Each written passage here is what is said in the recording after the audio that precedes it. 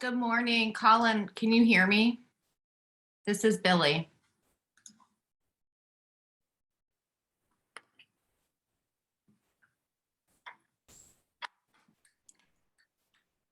I can hear you fine, Billy. I'm just wondering if someone who is leading the meeting can help me be able to share my screen. It looks like the other people are, Colin is muted. And Yeah, I know. Yeah. Development is muted.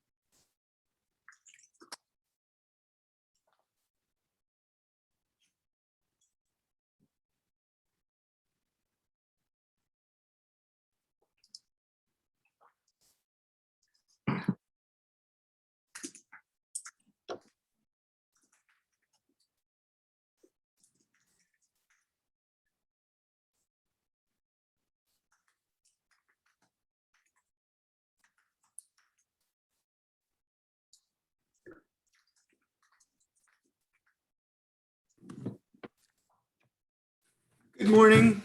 Morning, how are you? Good, thank you. I'm Colin Davis. I'm the manager of the homeless team. I know Judith, you and Billy had been working with Lloyd to get this scheduled, and he's on vacation. So Yeah, good for him. yeah, so I will introduce you all and get us started when we. So I have a PowerPoint that I was going to share, and I think someone from community development just gave me access to be able to do that. So Perfect. and then you'll just start with like a hello. Okay, good. Thank you. I'll do an introductions, and then you all can have as much time as you would like to get through everything and questions. Well, we booked it for an hour, so hopefully that, okay. Yep, And absolutely. then, do you know about how many people will be here, Colin? Like usually, are we talking 15 or 50? Ruby can probably give me a better idea, but somewhere usually in the 15 to 25 range. Yep. Okay, Well, good. there you go. 25 to 30. Give everybody a few minutes to So join. Judith, that feels like too many to do individual introductions. Judith. I think it's too many for in an hour. Maybe Okay. we can do a show of hands of who Yeah. does direct service and who does administration. I will.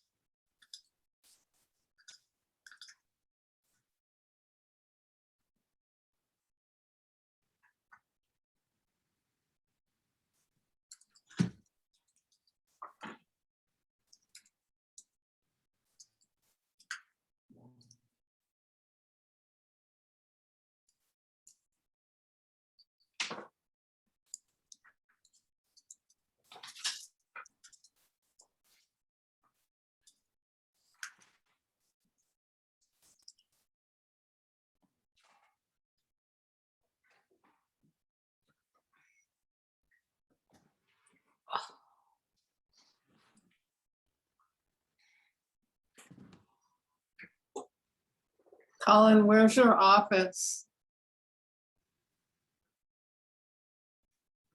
We're over in, well, right now I'm over at my parents' house, but normally over on Rigsby in Durham. Just curious. Yeah. Slipped out with the family to go visit my parents before Thanksgiving, since my wife's family is all coming in for Thanksgiving. So trying to Nice. see both families and The have nobody space feel is left out. really cool. Yeah. I know the last time I saw Lloyd inside of an office, he was at, I'm blanking on what it's called down on Main Street, East Main Street. Oh, Golden Belt. Yeah.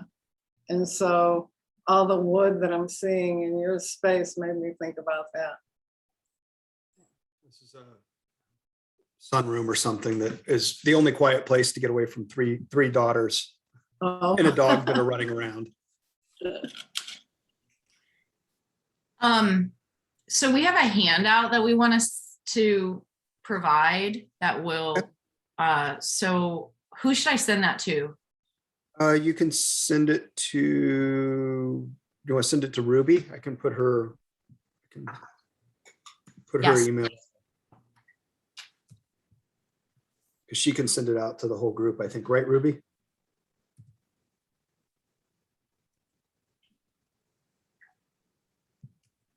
I'm gonna send it, Ruby. Thank you. You have her email? She just put it in the chat for me. Okay, perfect. And it's not necessarily for people to look at now, but it's a tool to refer to later. Make sure to distribute that.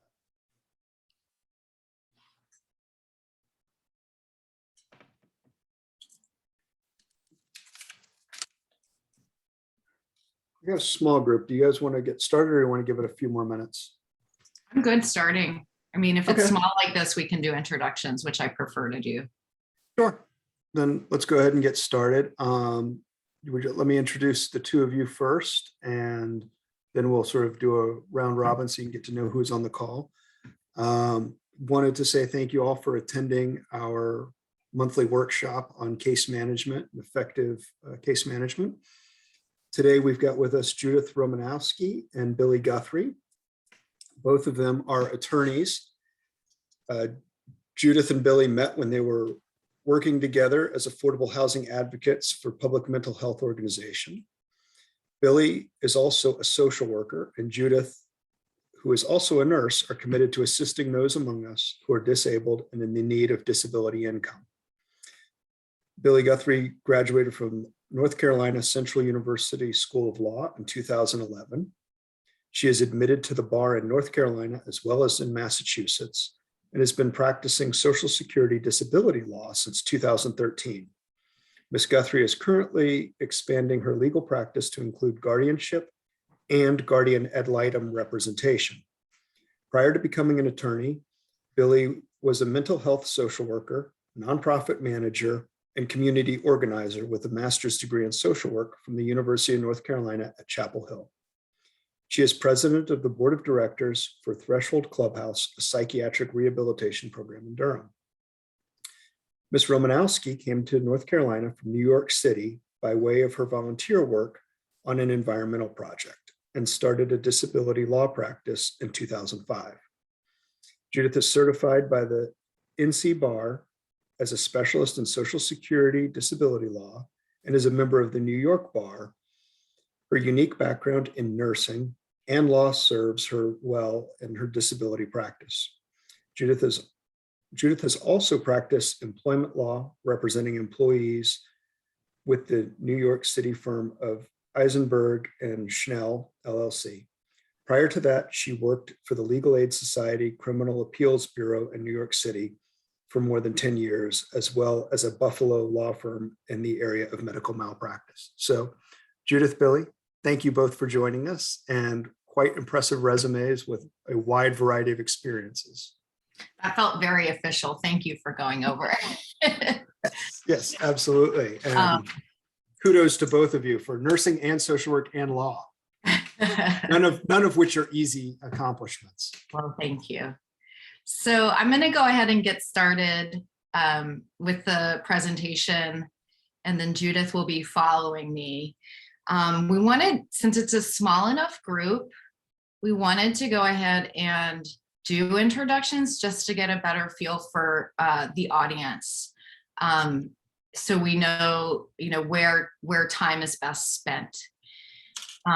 So if you could unmute yourself, introduce yourself, tell us where you work.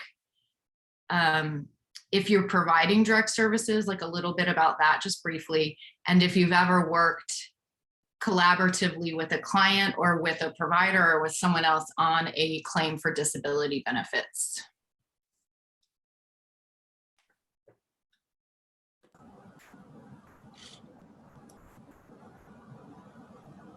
And don't be shy. Hi, my name is Ann Tropiano and I'm with Families Moving Forward. And I supervise the case management staff and the shelter coverage staff. So you'll hear from others on the call who have more direct work with supporting the families. It's been years since I have.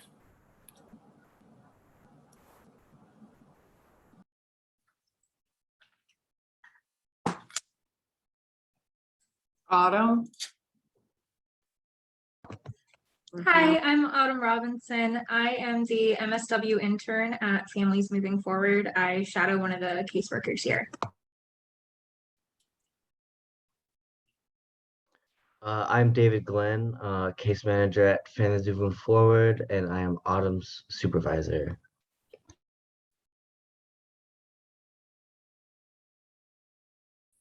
Good morning. I'm Serena Melvin. I'm also a case manager at Families Moving Forward and work directly with the families in the shelter.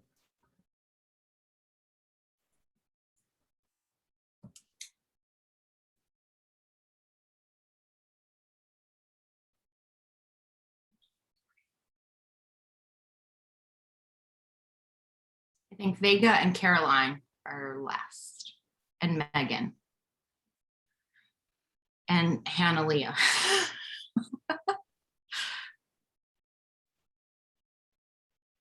Happy Friday. I'm Vega Swepson from Durham Tech Community College. And I'm in academia now, but my first profession was mental health. So I've worked and been a case manager, QP title, supervisor in mental health. And so now I'm working with lots of students who have special needs challenges, mental health setbacks. And so the work continues.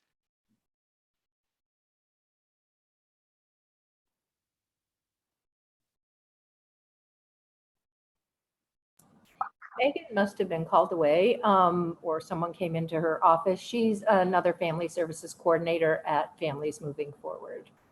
Is Hannah, thank you, Anne. Is Hannah Leah with us? Yeah, hi, I'm Hanalea Hoberman. I work with Colin at the City of Durham. I'm a senior analyst in the Community Development Department, and I also serve as Durham's Coordinated Entry Administrator, which means that I don't do direct services work myself, but I oversee and coordinate the work that providers in Durham do to help people obtain housing. Thank you all. So we were asked to speak pretty directly about eligibility criteria for disability benefits as well as documentation. And I just want to check in that that still makes sense. The other part of the presentation that we could offer, we didn't plan to, but we still could, is more about the different types of disability programs. So I intend to go fairly quickly through that. Unless I hear someone say otherwise. And then if you ever wanted us to come back to go into some of the nuances between the programs and the process of applying and appealing, we're happy to do that. So just as a point of, again, to underscore the overview, so I'm going to speak pretty briefly about the types of disability programs. We have a PowerPoint, I'm going to share it. We also have a handout I'll provide after the presentation for your reference. So don't feel pressured to have all this memorized or anything. Well, the handout is pretty comprehensive and it's meant to be a resource for you, so that you can just be present and listen. I think, so then I'm going to go into the criteria, and then Judith will talk more about documentation. So I am going to share my screen. The one thing that I want to talk about briefly before I get started is SOAR, and that's probably pretty familiar to you all. SOAR is, it stands for SSI, SSDI, Outreach, Access, and Recovery. It's a national program, and in our state, it's run through the North Carolina Coalition to End Homelessness. They kind of oversee it, and then each community has their own SOAR workers. And it's meant to assist eligible adults who are homeless or are at risk of homelessness to apply for Social Security disability benefits.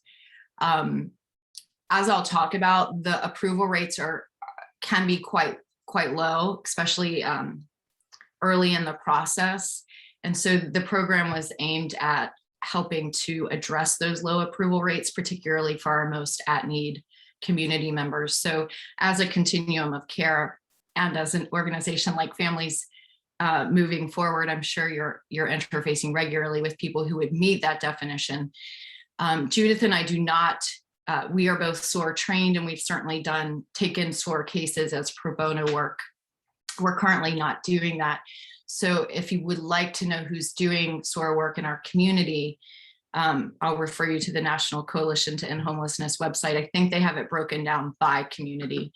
And also let you know that we have a Durham SOAR work group that's run by Sharita McCullers, and we really need some life there. And we need representation from the organizations who are really providing these services directly to homeless people. So or people experiencing homelessness. So if you would consider reaching out to Sharita if you're interested in that. Okay, I'm going to share my screen. Bear with me here. I'm not a pro at Zoom yet.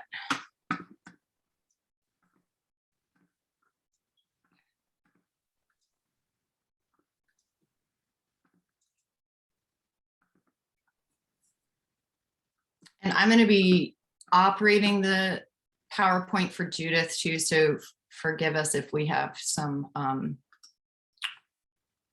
communications back and forth. Some of these slides I'm going to skip through. Okay, so as we talked about, the presentation as it is with the PowerPoint's about an hour and a half. So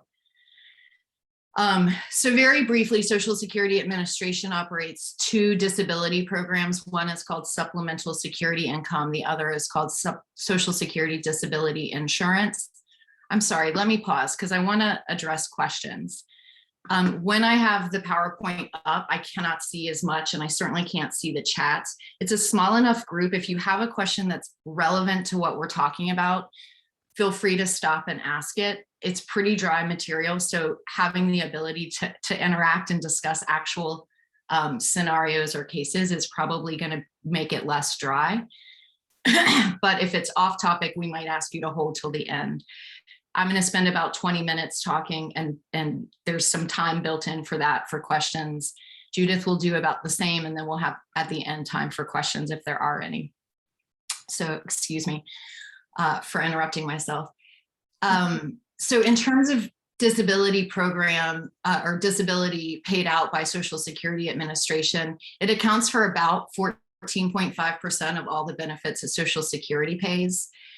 So that's and these are statistics as of June 2020. So that's about 8.3 million recipients. And according to Social Security, the average monthly benefit is $12.59. Medical insurance, Medicaid and Medicare usually accompany disability benefits.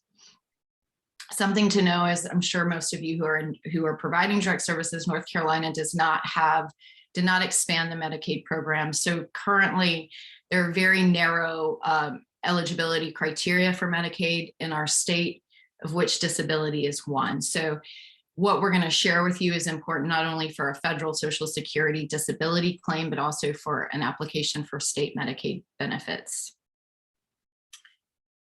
We're going to go into this much more in depth, but medical records from treating physicians and psychiatrists are the primary source of information that Social Security uses to make decisions regarding disability criteria. And most certainly, information from social workers or people who are interacting pretty regularly can be used, but the primary source is from the treating providers, the physicians or psychiatrists. This is the part I'm going to skim through. I need to keep track of my own time. The two types of programs, and if you want us to come back and go into these in more detail, we're happy to. The two types of programs, as I mentioned, are SSI, Supplemental Security Income, and SSDI. I like to start with SSDI. It is a benefit for people very, very basically who have a work history in which they've contributed to the FICA Social Security taxes, basically. It is akin to basically getting your retirement early. So there is a requirement that there is a work history, and not just a work history, but a history of paying taxes. So we often find people have strong work histories, but they maybe got paid under the table. The monthly amount that you would receive if you receive SSDI is based on the amount of earnings you've had over time, because a higher earner is going to pay higher taxes, conceivably. Medicare comes with SSDI. There is a 2-year waiting period from the date that someone is deemed to be disabled. There are some work incentives with SSDI that there are not with SSI. And also certain relatives, like children, can get benefits. There's a family benefit for SSDI. Again, think of SSDI as a benefit. So it's money that you've contributed to the Social Security Trust Fund. Therefore, you are entitled to it if you are found disabled. So it's not going to have the same strict limitations as SSI does. So SSI is really considered by Social Security an income source of last resort. It is one of, I don't like this word, but I think I use it because we all know what it means. It is really one of our last existing federal welfare programs for people who are disabled. So the requirement for this is not only that you're found disabled, and I'm going to speak about that criteria later, but that you are considered very low income according to Social Security. And that is about $2,000 per individual. They count a lot of your assets and resources. Okay, so really knowing what those are can be helpful in making sure that you know which programs to apply for. The federal amount that people receive is set each year, and it's $794 for 2021. So a point of planning in terms of case management is like that will clearly not cover rent. So applying for housing support while applying for SSI for someone who doesn't have the potential work or the potential, they don't meet the potential SSDI criteria is really important. Disabled children under the age of 18 are eligible for SSI only. So keep in mind that those income restrictions apply to the parents of disabled children. So if they exceed those income or resource amounts, then the family would not be eligible, even though they have a disabled child. Billy? Yeah. May I ask a question on the assets and income? Yes. And I'll do my best to answer, but our expertise is more in the medical side. So I'll do my best. And if I can't answer it, I'll tell you. Sure. It was just kind of looking at $2,000. So if I had a car that was worth $2,500, I would be over the asset limit most likely, even if I had no other income source. Yeah. So thanks for asking that. Again, because I'm skimming over it, I didn't get into that much detail. You can own a vehicle, okay, at one vehicle per applicant, basically. And you can own a home as long as you live in it. Okay. Thank you. I was just kind of like Wow, $2,000, like 2,000. Yeah, You no, know, if I thank had a you. $2,500 bank account, I would need to I maybe drain shouldn't have skimmed 500. over that part, but yeah. Got it. Okay, The thank you. point is, though, it's very restrictive. It's very restrictive. Thank you. I'm going to skip through all this part. And again, we'll come back if you want it. That was just like how you apply and who the key players are. So this is how I like to start this section. And this is something I share with clients or with potential clients. Social Security disability is not about being sick. It is not about suffering. It is not about being impoverished. It is not about being unable to find a job, okay? It is about what I'm getting ready to share. It is an inability to engage in any substantial gainful activity by reason of a medically determinable physical or mental impairment, which can be expected to result in death, or which has lasted or can be expected to last a continuous period of not less than 12 months. So what does that mean? That means that those sicknesses, those illnesses, that suffering has to be severe enough that it prevents you from being able to work and to engage in what Social Security defines as or calls substantial gainful activity, which is defined by an amount of an earning capability, basically. So in 2021, it's $1,310 a month gross. If you can earn over that, no matter how sick you are, you're not disabled in terms of Social Security's disability programs. There are no short-term disability or temporary disability programs. So the time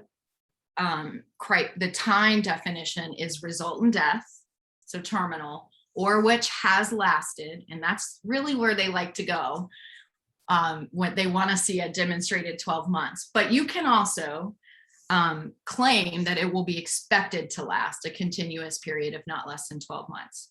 Continuous, they mean it. If you have 6 months of under SGA and then you earn over SGA for 2 months and then you get sick and you go back down, there is a problem with your disability application. It's not necessarily the end of the road, but I want to just point that out because it happens more than you think it does. Well, we have to go month by month by month by month with people who are working. I can't see you all, so just speak up if there is questions. I'm just going to trust you'll do that and stop me. So Social Security uses a 5-step sequential evaluation. So they start at 1 and they have to go through each step. And this is when you read a decision from an administrative law judge who's made a decision in a case. One of my decisions this week were 37 pages long, right? They're gonna go through each of these steps. The first question, which I have already gone over, is the person earning substantial gainful activity, that $1,310 a month gross? If the answer is yes, then they are not disabled in the eyes of Social Security. If the answer is no, we can go on to step 2, which is, does the individual have a severe impairment? That can include mental, it can include cognitive, it can include medical, okay? If the answer is no, then they're not disabled. If the answer is yes, then we can move on to 3. So I like to really focus my clients in this area because a lot of them want to kind of throw everything under the kitchen sink at me. And I have to say, time out. Like, I'm sorry that you have high blood pressure. It seems really well controlled. Is that the case? Okay, that's probably not a severe impairment. You know, if you have high cholesterol, hypertension, sugar diabetes, you know, some of those things can be very well controlled and have a minimal impact on your functioning. And that in those situations, I don't, you know, time is not well spent developing that argument that that's a severe impairment, right? So I think the definition that Social Security uses for severe is more than a minimal impact on your ability to work. So it's pretty vague. So if you don't have severe impairments, now I don't know that I've ever had a case where the judge said like everything we suggested, there were no severe impairments. That's probably happened, but thankfully not to me, and I don't think to Judith. But I've certainly had made an argument that X, Y, and Z was a severe impairment affecting the individual's ability to work, and had a judge disagree with me on certain aspects, headaches, the other impairments I just spoke about, or just some examples. That's okay, as long as there are remaining severe impairments. So if the answer is yes, you have at least one severe impairment, then we go to section 3. I'm going to go through 3 and 4 and 5 with you on this screen, and then I'm going to go to some other screens for you, okay? Number 3 is, does the individual meet the Social Security disability listing of impairments? I'm going to take you to that in just a moment. If the answer is yes, then the inquiry stops here. They're disabled. We don't have to go to 4 and 5. If the answer is no, then the individual making the decision, i.e. the Disability Determination Services Examiner or the administrative law judge, or sometimes the federal district court judge, will come up with what we call a residual functional capacity. Well, they'll make an assessment and come up with a residual functional capacity. And I'm going to talk a bit more about that in a moment. But essentially, no, I'm going to talk about it now. A residual functional capacity is the most work-related activity that an individual can do despite all of their impairments and all of the limitations that those impairments cause. So I'll talk about that in a minute. So based on this residual functional capacity, then we take that and we go to step 4. With that set of limitations based on set of work limitations based on the individual's impairments, could they perform their past work, past relevant work, which is defined as at the level of SGA for the last 15 years. If they can, then they're not disabled. If they cannot perform their past relevant work, the question for the judge or the decision maker is, can they adjust to any other work? They don't care if Billy can be a social worker or a lawyer. It's, can I sort nuts? And I have had that come up as a job cited at a hearing. Nuts, pecans, almonds, you know what I mean? Not even like bolts and nuts. Okay, so I'm going to go over 3, 4, and 5 for just a moment. Really just 3 and 4. So I got to stop the share screen, and I got to find a new share screen. I'm going to let you see what I'm doing because it's really complicated. It's not. Hold on.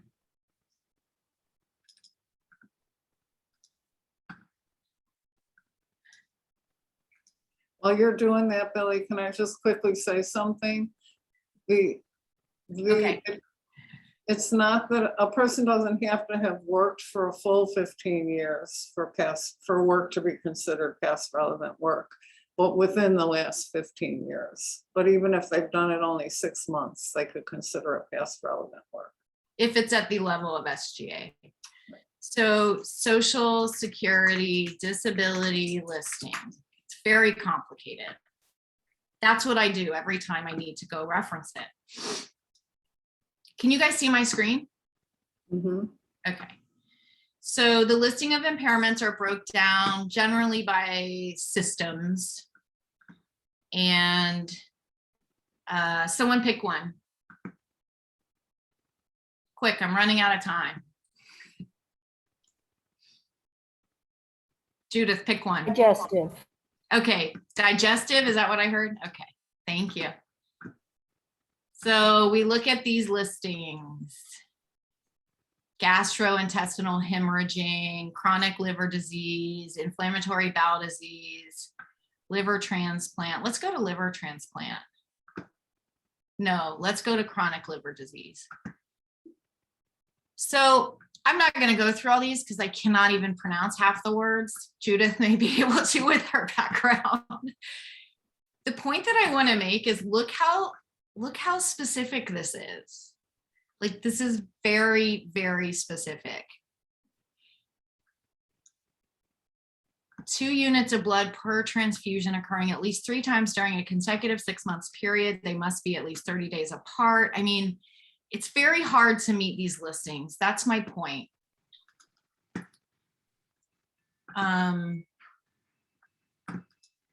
Cardiovascular, for instance.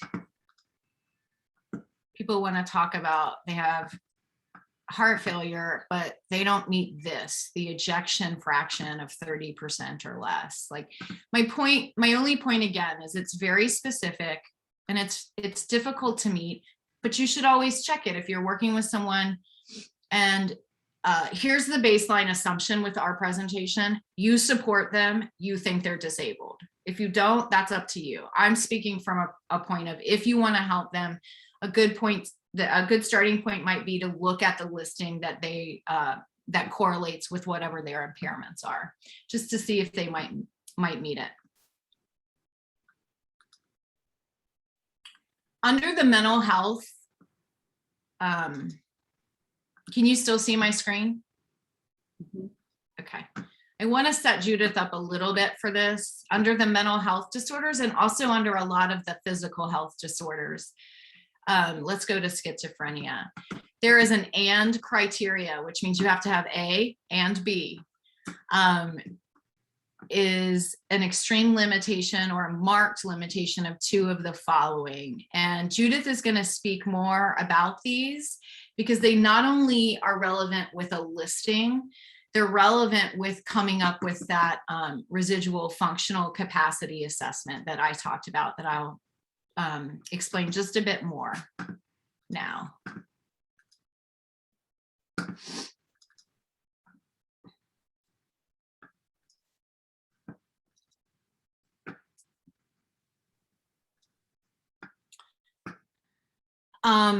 So an example, what is a residual functional capacity? Like, what does that mean? It means a judge might come up with this, and I'm making this up, but an individual is limited to a sedentary level of exertion. So there's exertional levels: sedentary, light, medium, heavy.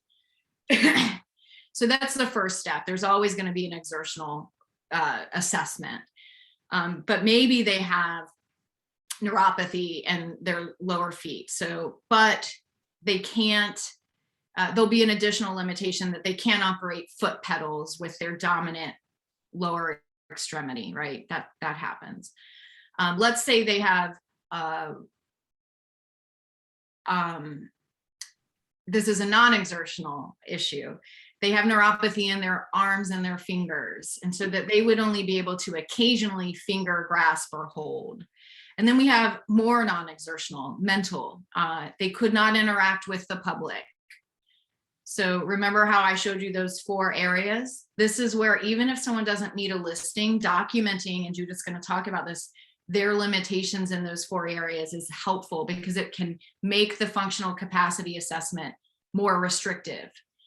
They can't interact with the public, only superficial interaction with coworkers. They can only do simple, routine, repetitive tasks. Folks, that's 1 to 2 steps. That's what I mean by nut sorter. Social Security does not care if I can be a lawyer anymore. It's, can I do really simple stuff? No production quota, no, only simple work decisions. And I don't know, that's like, those are some examples of what comes up in a residual functional capacity. So we've been able to show that I have these severe impairments and they limit me in those ways, okay?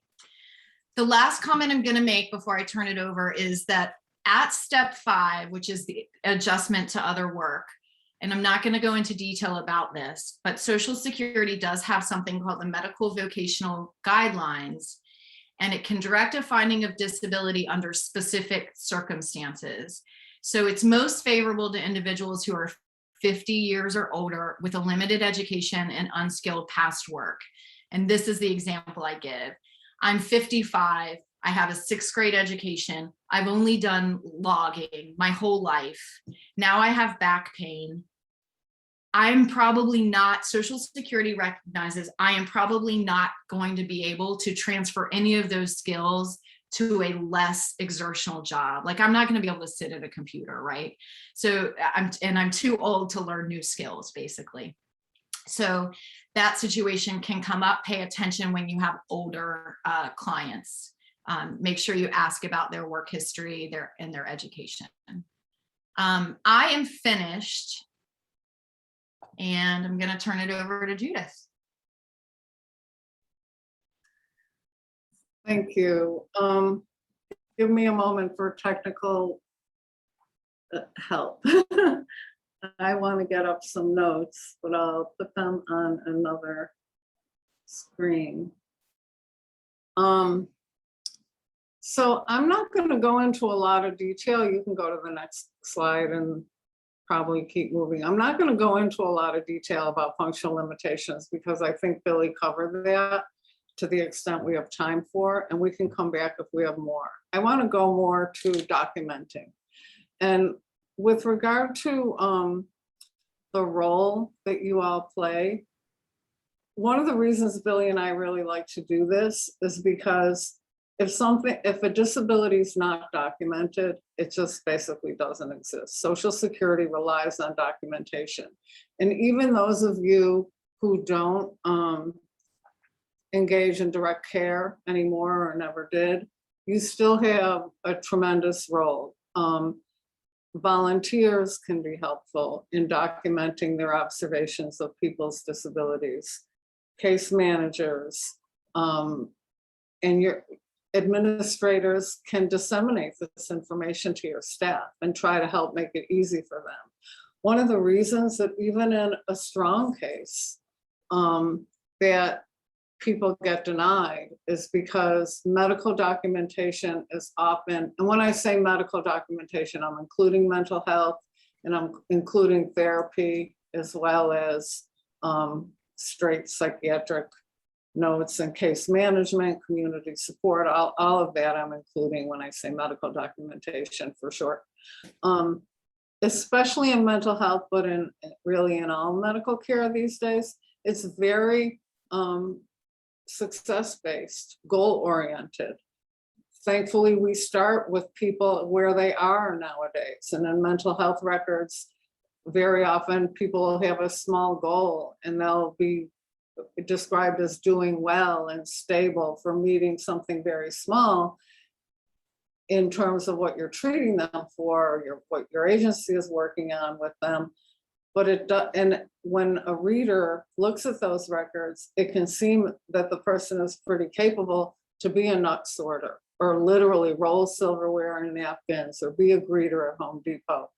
And because a lot of times the records are very much lacking in the deficits. And I try to explain to clients, I can't make their medical records say something different. They have to do that. That's their job now. If they really believe they're disabled, and like Billy said, we're only talking to you about the client who you believe is disabled. And I urge you to say that same thing to your staff.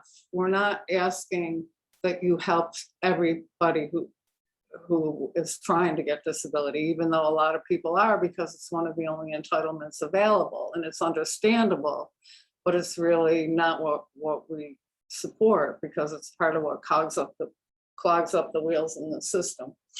But so I explain to people, their providers are trying to help them be well and help them get better. They're not trying to get them deemed disabled. And so there's just a built-in tension between records and proving disability. And so the way that all of you, whether you keep records for clients, whether you are somebody who transports a client to an office to apply for a program, whether you have staff who give direct care, or if you work in housing programs and you get forms completed by people's physicians or providers, all of these are ways where you can at least address what the deficits are. And as Billy explained,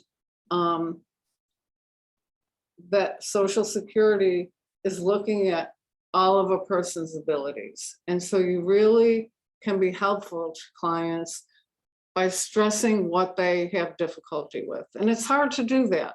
People often don't want to write a totally negative statement about somebody. Judith, But yeah, I'm sorry, I just want to put it here. I'm sorry for interrupting. But also, it's not just about necessarily case managers or service providers documenting. You can also go to the doctor if that's within your scope of your services. Sorry, so you can help the individual be more descriptive. So I just wanted to add that in as a possible way of helping. and along those lines, also coaching your client. If you're giving somebody a ride, or if they tell you they have a doctor's appointment, you might want to remind them, don't forget to explain that they only left the house twice in the last month, or they only go to the grocery store during the night when there are no other people there. Or think of examples, put yourself in a position of an employer and think about, why wouldn't you, or if you're communicating this to your staff, why wouldn't they hire this person for a simple job? And if one of the only take homes you have today is to understand that Social Security is only looking at whether the person can do any job, in most cases, there's the age exception, but in most cases, they're looking to see whether a person can do any job. And so the bar is high, and the documentation is the only tool. And so often we have a client who knows how disabled they are. We can see it, and their provider even knows it. It seems like a no-brainer, but it's not documented very well. And so though that is a huge reason, not the only, but it's a very big reason why so many cases are denied. As Billy showed you in the listings, you can see what the major functional areas for mental health are. And I think we also address it in our handout that you'll be getting. Do you want me to go back to those, Judith? No, that's okay. And because we have such limited time left, I just want to cover some key points.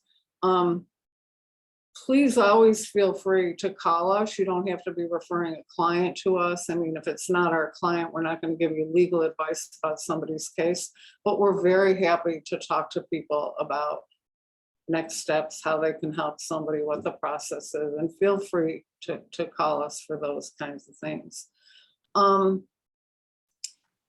So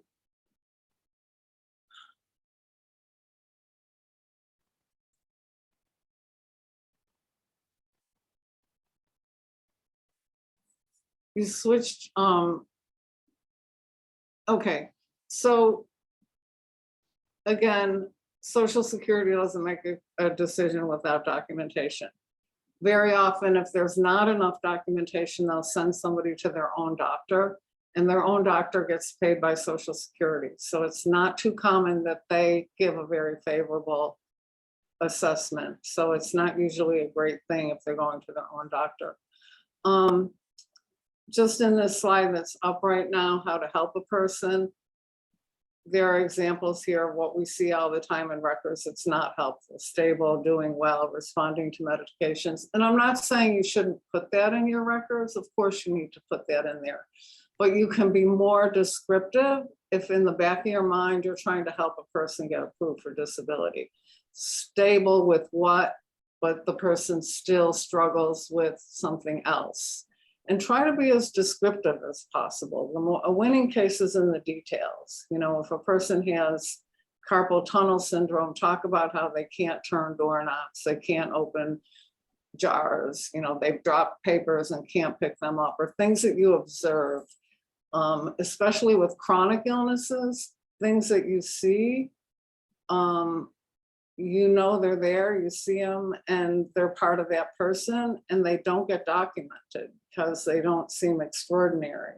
But it's those little day-to-day examples of how a person's not functioning very well that is important to document. And I think that Billy touched upon, I think this might be, can you go to the next slide, Bill? Billy began by saying disability is not a struggle. It's not simply about someone struggling or having a hard time. Of course, people who are disabled are struggling and having a hard time, but that in and of itself is not, doesn't establish disability. And so we see in records all the time, the second point, where the focus is on family trauma or family disruption or loss of a job or difficulty with transportation or homelessness, those things. And so the person's impairments come across as more situational than actually a disability because of an inherent health impairment that's going to last a year. So you need to really, again, whenever I say you need to do this or that, it's all about if you support the person and you are trying to help them get disability, but you have to be aware that the focus can't be on what a hard time they're having raising their children, getting their kids to school, dealing with COVID. I mean, in the last 2 years, probably almost every day I've had to tell people, no, take COVID out of the equation. Don't tell me you don't go anywhere because of COVID. Nobody's going anywhere because of COVID. That doesn't help show that you're disabled. So I'm kind of skimming over these and not going into detail because there's not time, but I want you to have the overall picture. And it's an overall picture that has to be supported with details and with as much medical documentation as possible. And the last thing I want to say, because I do want to hear questions, that's the best way for us all to help each other. But the last thing I want to say is, if we are representing a person, we have forms and we have a cover letter for providers that sort of outlines, we're not telling them what to say, we're not the treatment provider, but we outline the kind of information that can be helpful to add to a person's medical records, and we submit it to Social Security in addition to medical records. And so if you find that, some doctors or therapists, you're just never going to get good medical records from them, but sometimes they will complete a supportive letter or a form. Some providers hate forms, some prefer a form. So we like to give them an option. We ask them for both, but we'll take either one. But I guess my point is, try to make it easy for your client to help their provider to help them, and try to make it easier for providers, because a lot of people don't understand this. And also a lot of healthcare providers they don't even know that not everyone that we don't have a Medicaid expansion in North Carolina. A lot of healthcare providers just don't even know that. So it's important to help them see the value. If they agree that the person's disabled, they have an important role to play and can be very helpful. So I didn't go through the slides, but I didn't feel that I had time to do that. But a lot of it is in the handout that Colin will send, or Ruby will send to you all. So I want to stop and see if anyone has questions, or if they've worked in a situation where any of this was applicable.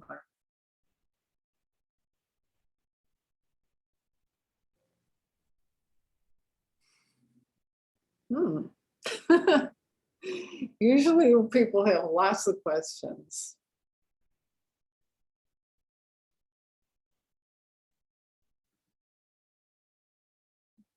What do you see as the biggest misconception amongst people trying to apply for disability? Like, if there was like one common theme that you see over and over again that is getting in the way, is there something that sort of can make life a little bit easier?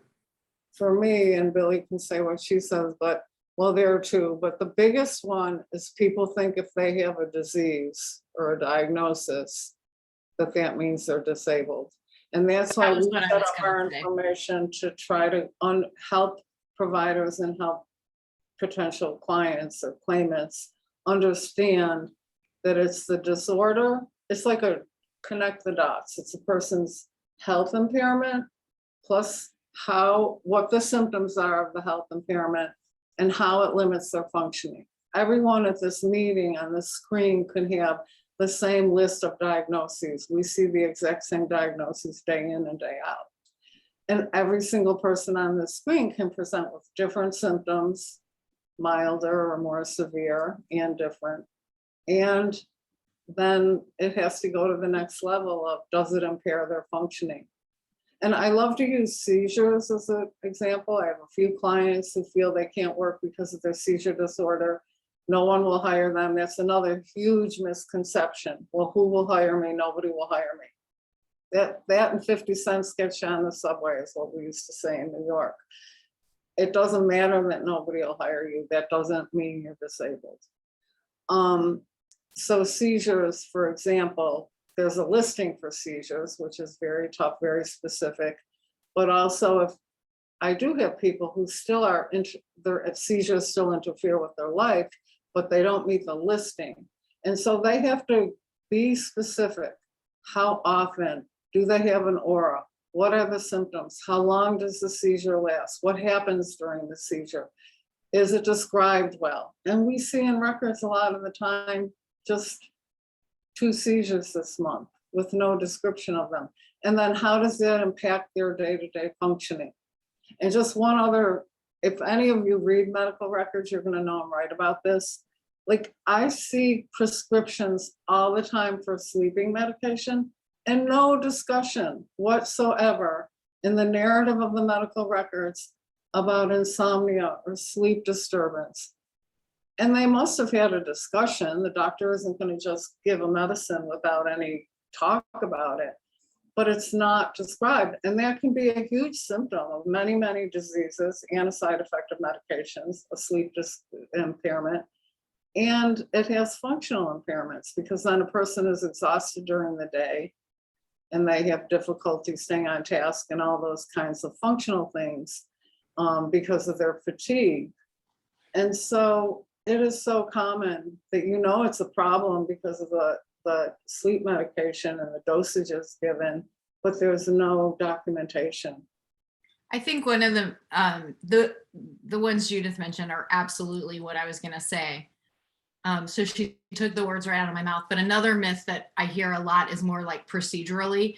Well, if I apply 3 times, I'll get approved, or I won't, and so here's the reality of that. Remember when I was going through the listings and then step 5, the medical vocational guidelines? At the initial level and the first appeal level, disability determination services it's a box over in Raleigh where like they don't meet the claimants. They don't, anyway, no doctor examines them, or they're really looking at these very narrow definitions, and generally a lot of people don't meet that.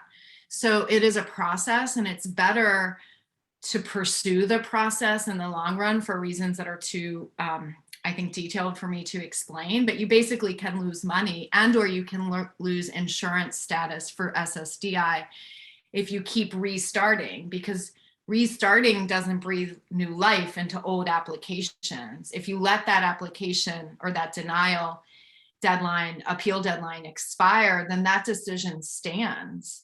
So it's much more useful to recognize that early on there are high level of denials for specific reasons, not necessarily because Social Security, just doesn't like people. They have limitations in how they can approve. And it's much more beneficial to generally, Judith and I are speaking in generalities, so keep in mind there are exceptions to everything I say. It's usually more beneficial to pursue the process than to just keep applying, getting denied, applying, getting denied.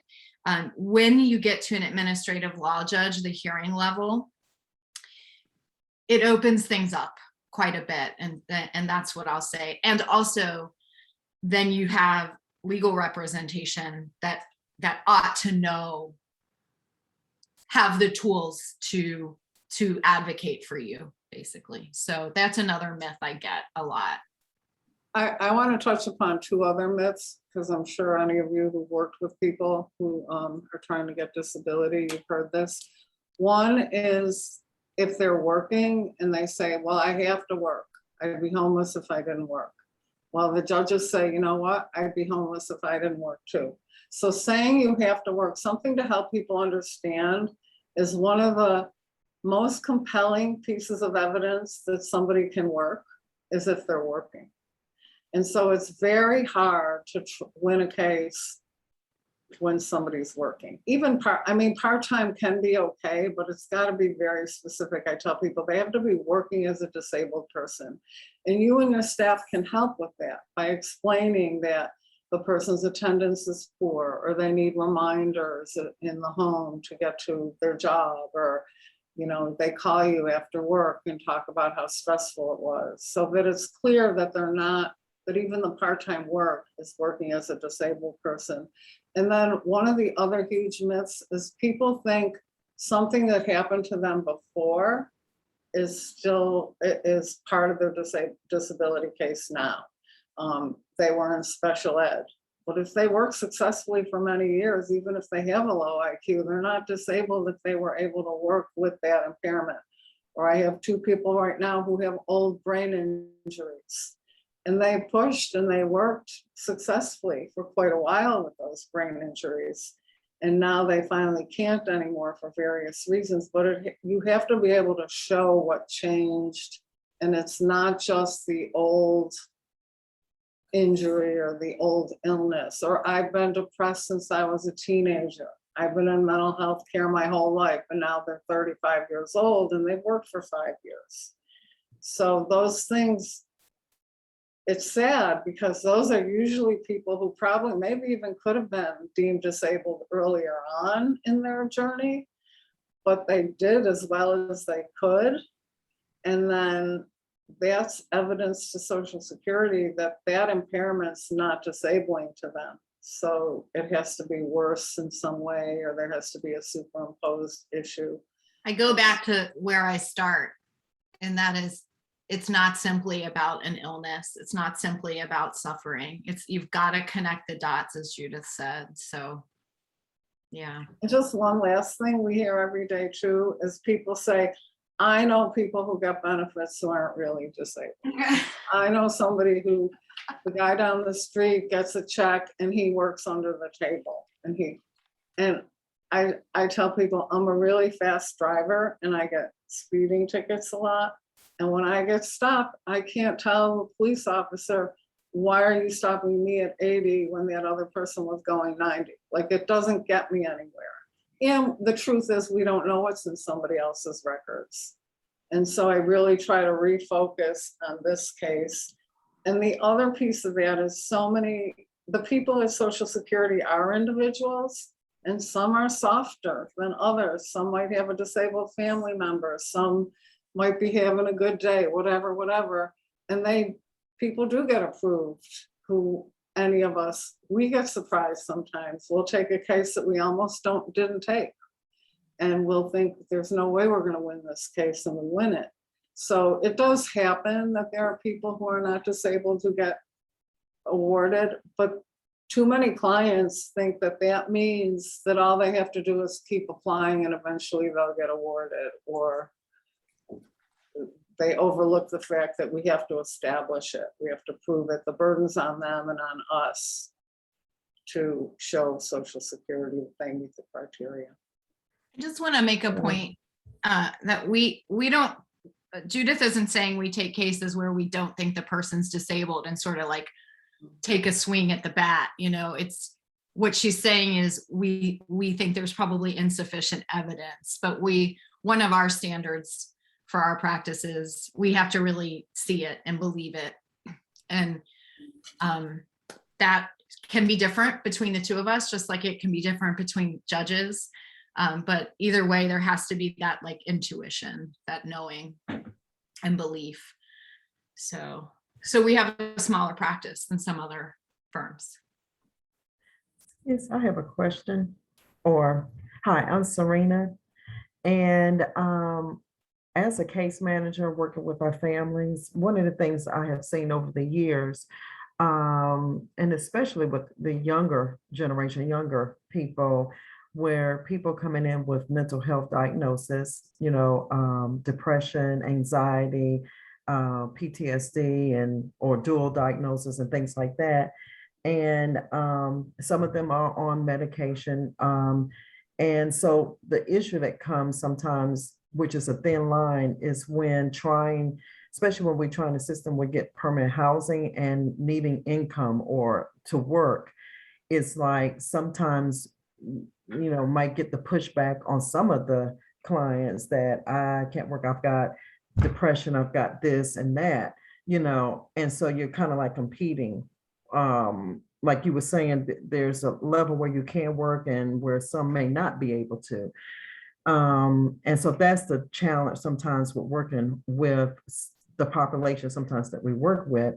But some of the things I try to encourage the people that there are people who are working in corporate that have the same sometimes diagnosis and they're on medication and they are working behind desks as well. So I don't know, like they don't have SSI or anything like that, but they need income. And I don't know if this is the place where to share this, but I'm just saying that's kind of sometimes a challenge in working with some of the families.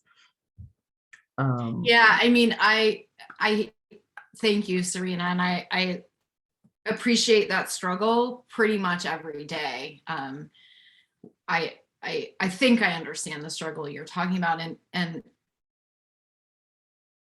it causes me trouble working in this field because, and Judith knows this, because I believe we should take care of people and there should be options, and like it's not this black and white area. Unfortunately, disability is, and so it is not a hammock to catch everyone when they fall. Mm-hmm. And it is not an answer. It is not an answer to all of our social problems, I think. I mean, in terms of like tangible advice, I mean, VR is I think VR, Durham Tech's here, but I think VR is a decent option if we had more work programs. I know Threshold, which I'm on the board of, has a transitional employment, supported employment program, but supported employment could be an option for people who are kind of in between worlds, right? Right. And I agree Yeah. because I have done that sometimes when caught between, trying to support a family.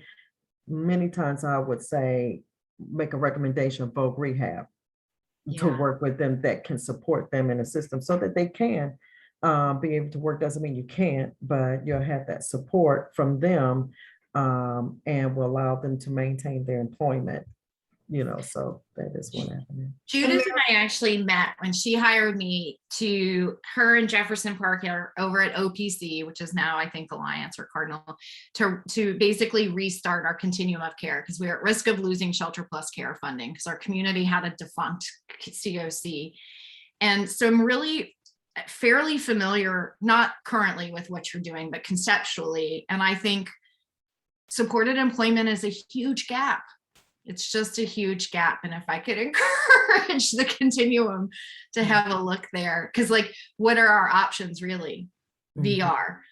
My experience is VR's got a lot of referrals they're managing and it's time intensive. And some of the people that I refer are too disabled to even like deal with the process of VR. So I don't know, you're bringing up to me like, wow, like that really is probably a gap where we could help disabled people maybe emerge from homelessness. Yes. Yeah. And there is a provision in the Social Security regulations that says that work under special circumstances is not counted the same. So somebody could be found disabled even if they are working, and but we can show that they're not working competitively. That either it's out of like maybe not through VR, but some private arrangement where a store owner is letting somebody come and sweep the floor every day and paying them for the day, but they're not really doing a day's work. It's hard to establish that. And the people who take care of a family member through the Medicaid waiver kind of fit into that category a little bit. So there are ways to try to be creative to help somebody try to get some income and still pursue a disability case. But I always do tell people when we start this conversation about working that it's just better to work. If you could work, you'll make more money. And, Yeah. you know, it's better probably for most people's health to be working than not working. Yeah. And we're not in the business of trying to get around, you know, trying to help a non-disabled person get benefits and then work on the side of whatever, you know. But I hear you, Serena, it's very, very difficult to help people who need income for these other, for housing. And we, if any, I second what Billy said. I think supported employment of, I think that's a big thing in the future for us. I've been paying attention for a different reason to supported employment, both here in North Carolina and even around the country.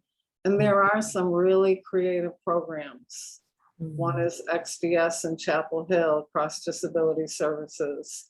They have a few supported programs that are amazing, and Caramore in Chapel Hill. And I think that's the direction. I believe so deeply that the population we work with have a lot to give. They just can't do it in the 9-to-5 corporate, normal competitive work structure. But if we had more ways to allow these people, you know, not just dignity, but something to do. There's a coffee shop in Raleigh at the farmers market that hires people with disabilities. There's another one in Cary called Esteemed Coffee that is there to provide people with disabilities jobs and to help introduce the non-disabled public to people with disabilities. So anybody who wants to go in that direction, go for it. We need it. Colin, it's 11:11. I thought we were going to end at 11, and we're okay with time. I just want to honor you all's time and your boundaries on time. We have until 11:30. So Oh, if you guys are fine answering questions, we can continue going. I'm sure there's other things. I was thinking through, at least in my mind, some of the things. Are there, in your opinion or experience, are there some disabilities that are easier, for lack of a better term, to prove or get through?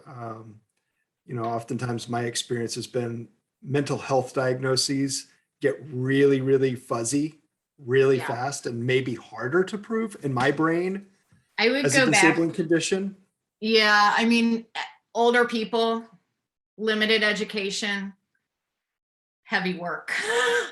That's a profile when it walks through my door. I'm like, okay, this makes sense to me. I think I have a game plan. I think you're really right on mental health issues. We have a colleague who's now an attorney, but he used to be an administrative law judge, and I think he just like tells people when they come through the door, and then you're going to hear me tell you, and I tell my clients. So I'm essentially telling them, but I tell them in the way like this. So Lloyd, who's really experienced, says, if you're under 50 or you have a mental health issue, you're going to have to go to a hearing. It's not that clear cut, but it is common. Young people are going to have trouble. And we didn't really talk about procedure, and probably you know this, but the basic steps are that people apply and there's a decision made at the initial level, and then about 70% is my understanding currently are denied.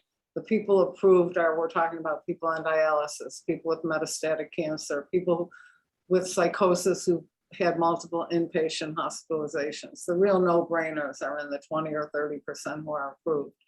And they need to appeal it. That's called reconsideration.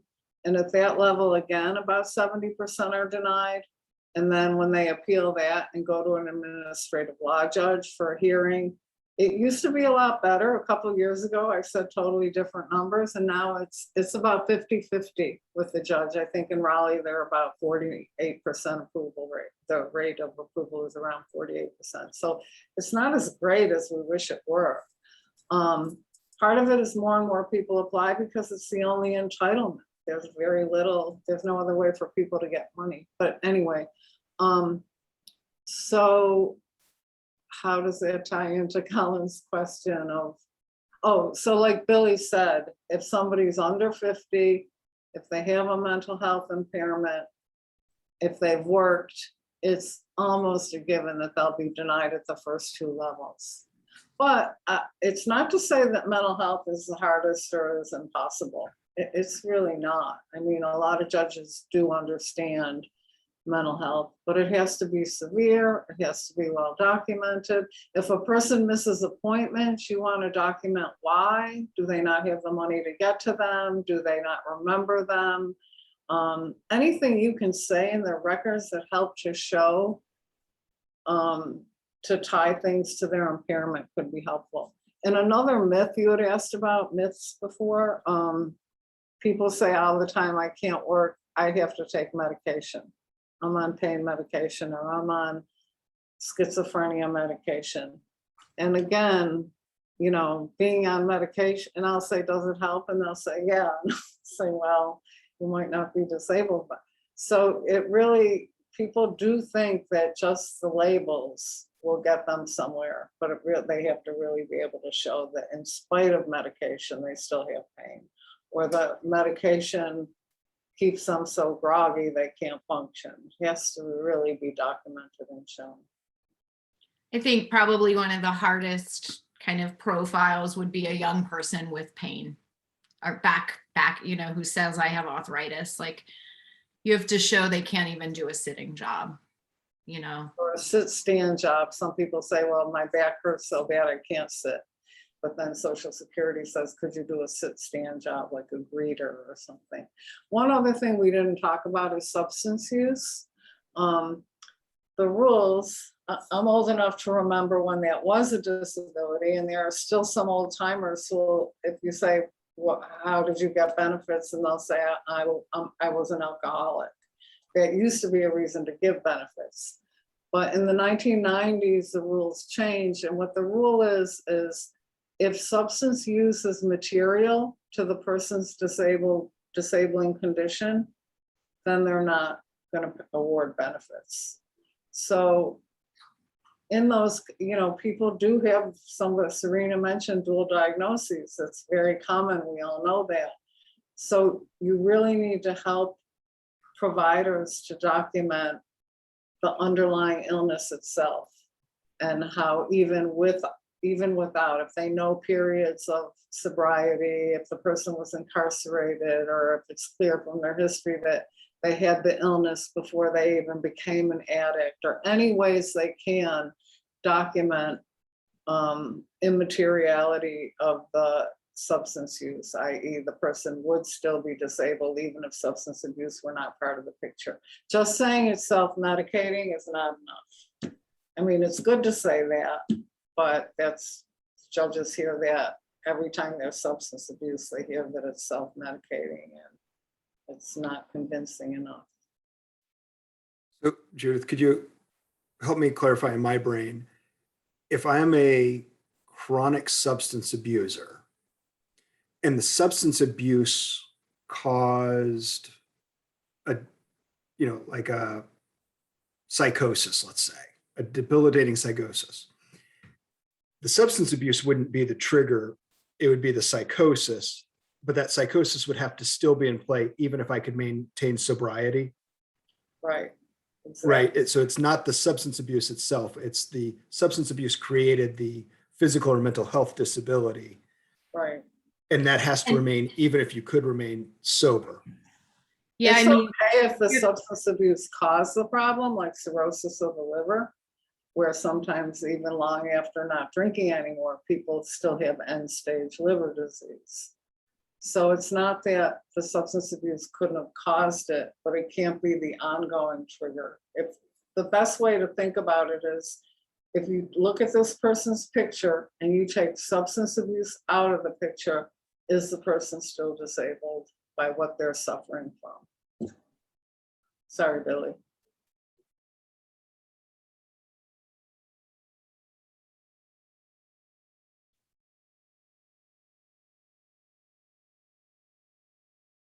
So therefore, the long-term functioning alcoholic who has to have alcohol but can't sustain a job because they're constantly showing up to work under the influence of alcohol would not be considered a disabling condition, because absent the alcohol, there is no underlying disability. It's just the substance abuse in itself is creating the inability to maintain and inability to function in society.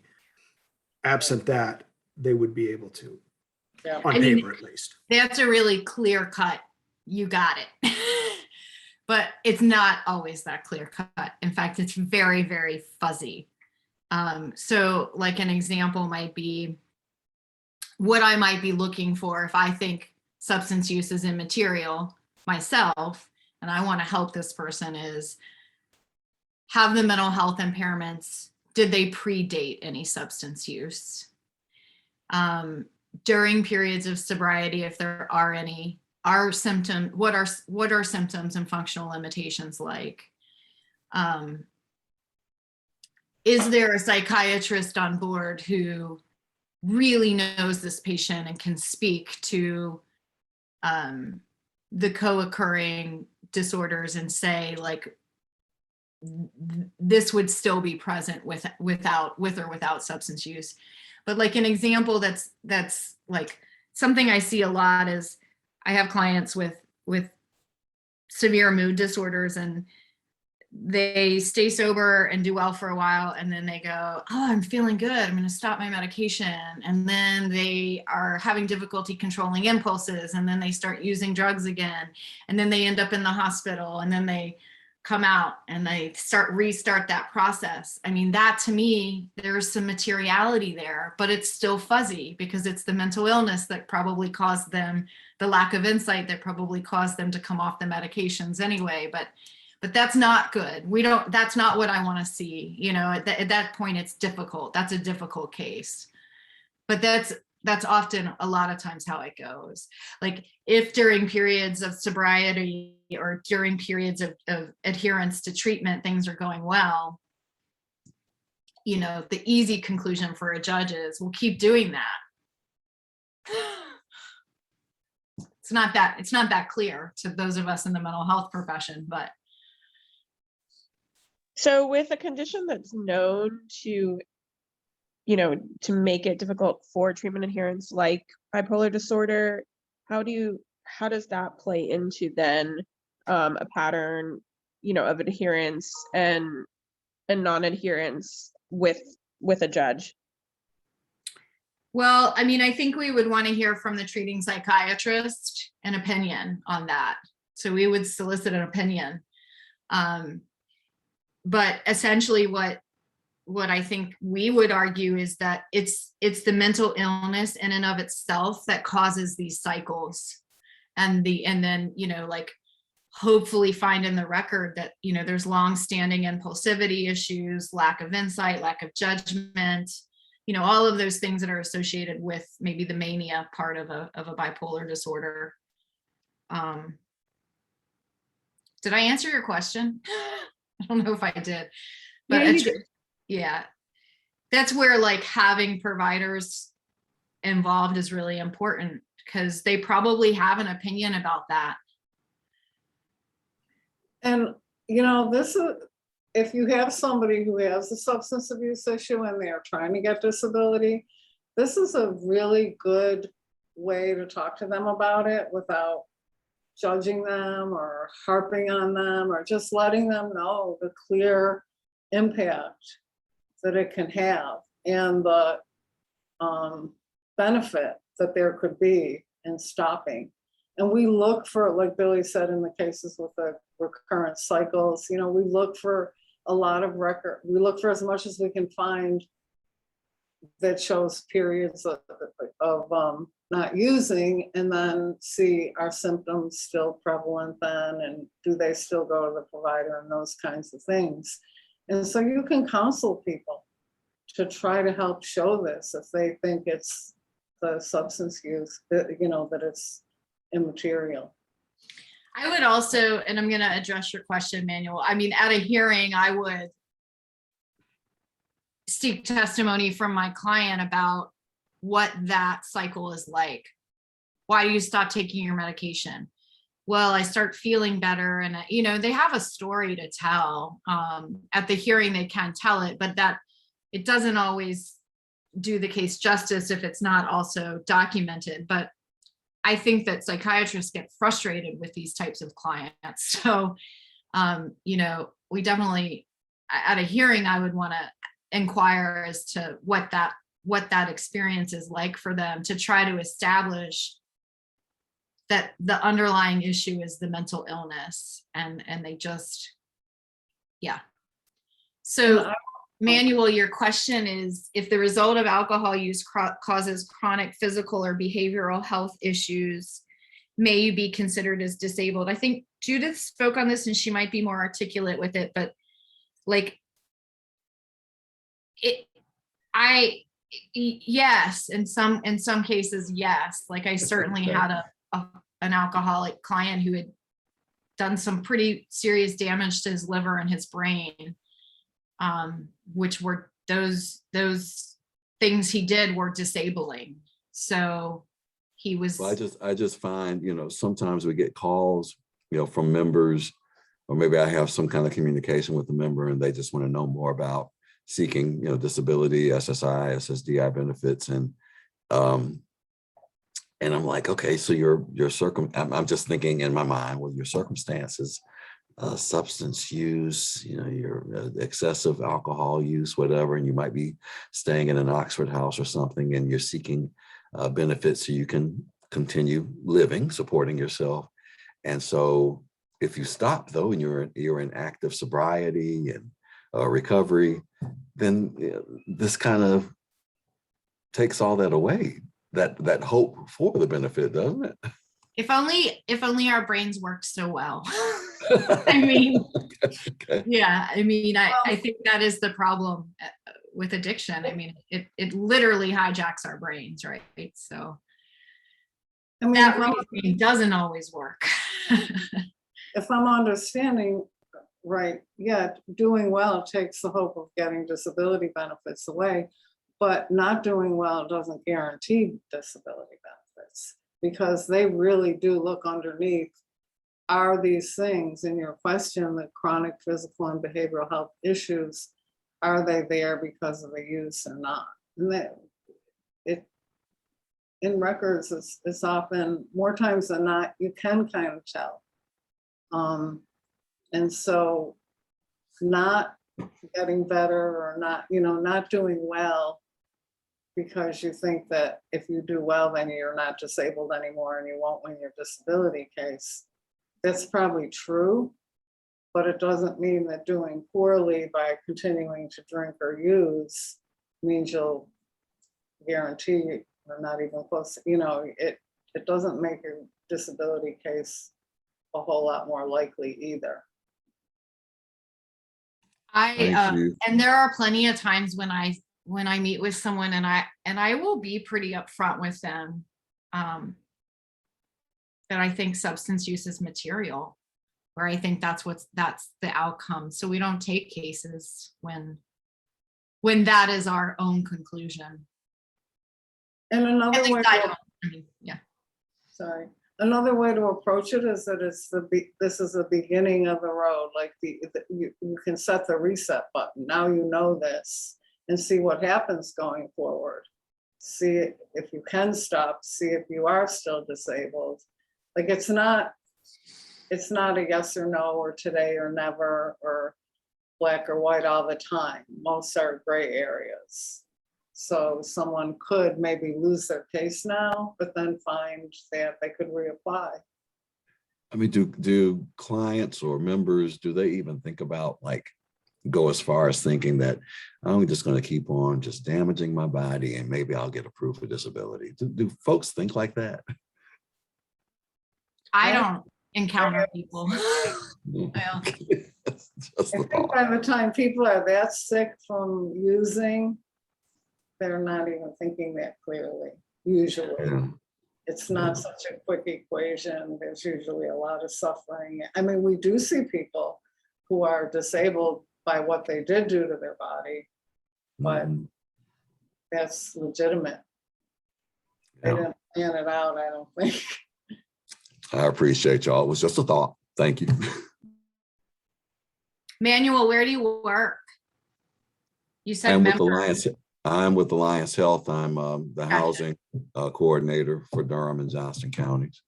Gotcha. Billy and I used to be the housing coordinators for Orange Person Shadow a long time ago.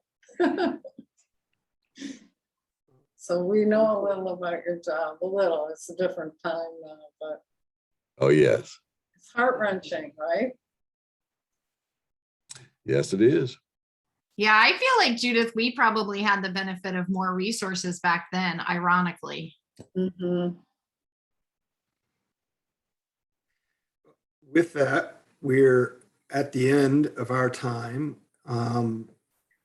We can wrap up. If there's any final words, Judith or Billy want to say before we close out, and want to say thank you to both of you for your time and sharing your expertise with us and helping us to demystify and demythify disabilities and what is not, and some of the processes and how tight those rules are to be able to qualify for disability. And just a severe depression diagnosis, for instance, is not necessarily a disabling depression diagnosis.